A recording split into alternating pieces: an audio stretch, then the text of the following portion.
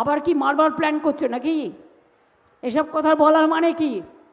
কেউ কারো চরিত্র হনন করবার আগে কোনো পরিকল্পনা করে। কি দাঙ্গাবাজ, পরিকল্পনা করছো নাকি কিছু? বলেছে আমি নাকি ব্যান্ডেজ নিয়ে ঘুরে বেড়াই। ওরে অপদার্থ, আমি তো মৃত্যুর মুখ থেকে অনেকবার লড়াই করতে করতে বেরিয়ে এসেছি। যাও না ডাক্তারের রিপোর্টগুলো নাও না হসপিটালে গিয়ে। লজ্জা করে না? আমার ওপর কি অত্যাচার হয়েছে তোমরা জানো না? এবং তোমরাও আগের বার নির্বাচনে ইচ্ছা করে আমার পায়ে চোট করে দিয়েছিলে।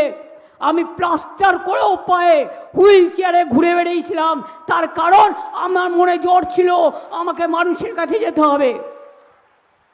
আবার কি মারবার প্ল্যান করছো নাকি? এসব কথা বলার মানে কি? কেউ কারো চরিত্র হনন করবার আগে কোনো পরিকল্পনা করে। কি দাঙ্গাবাজ, পরিকল্পনা করছো নাকি কিছু? জানেন তো, যে ভুল করে না সে কিছু ভুল রেখে যায়। ওনার কথায় প্রমাণ হয়ে যাচ্ছে যে উনি কোনো পরিকল্পনা করছেন, আরও কিছু চক্রান্ত করছেন।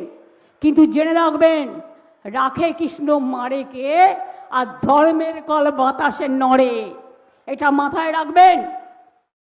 দেখে দেখে নাম্বার দেয়া হয়েছে।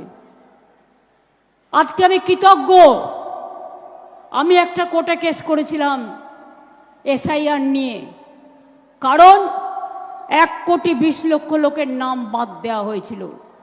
বেছে বেছে যেন উকুন বাজছে।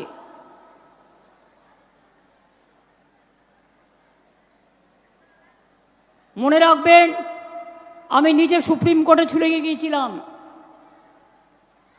এবং তাই 22 লক্ষ লোকের নাম আমরা ইতিমধ্যেই তুলতে পেরেছি, যতটুকু আমি জেনেছি।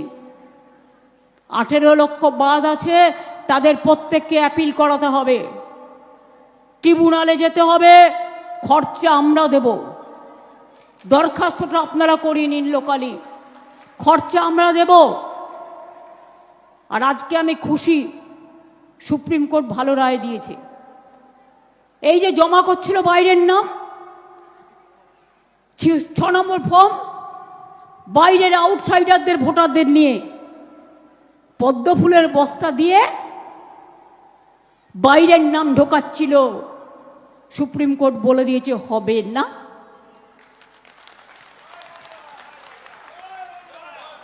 আগে যারা অ্যাডজুডিকেশনে, যাদের নাম এখনো ঢোকেনি, তাদের অ্যাপিল গ্রহণ করা হবে। আনন্দবাবুকেও এখানে নিয়ে এসেছিলেন, তাকেও সরিয়ে দেওয়া হলো। কারণটা যদিও আমি জানি, কিন্তু আমি বলবো না, কিন্তু তাকে থ্রেট করা হয়েছে, এটুকু আমি বলবো। অনেকে তো চায় না রাজভবনটা বিজেপি পার্টি অফিস হোক, ওখানে বিজেপির টাকা ডিস্ট্রিবিউশন হোক, সবই তো করে এরা। নৈতিকতা মানে